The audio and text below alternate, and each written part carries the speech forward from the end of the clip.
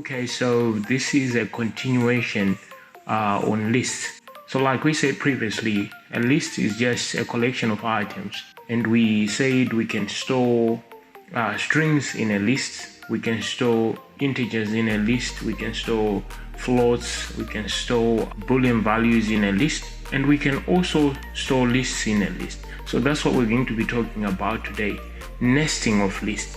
So why should we nest lists? This helps us to represent what we call 2D grids, such as matrices.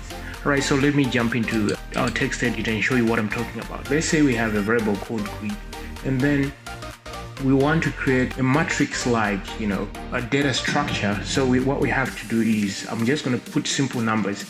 So I'll just create, let's say, I want to create 3 lists inside the list. So we have an outer list, as you guys would see, and then inside there we're going to put in some other lists.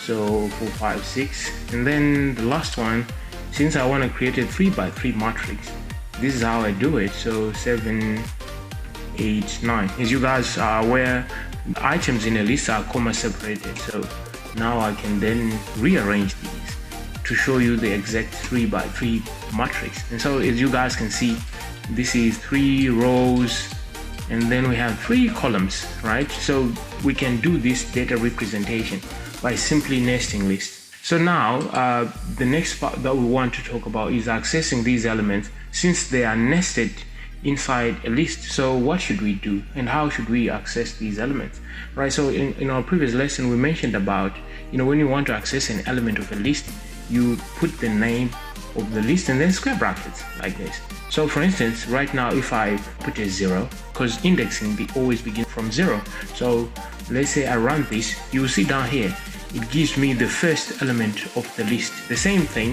if I put a 1, you see 4, 5, 6, and then if I put a 2, the same thing will happen. Like I'll have this particular list being shown here. However, let's say I want to get an element that is within the inner list. For instance, let's say I want to get an 8, so I should point to this number 2, and then here on what position is number 8? It's on 0, 1. So on index 1, save this and run. I have an 8 down here, so the element has been picked by this use of double square brackets. Okay, simply because we have nested lists. So this is how you access the elements. The same thing, let's say I want to access the 3, and the 3 is on position 2.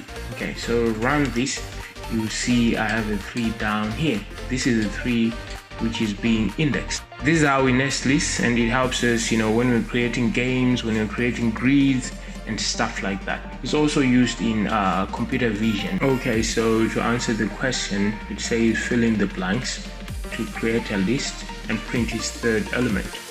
So as we can see, this is a variable called list. So list has got square brackets, so the square bracket is missing.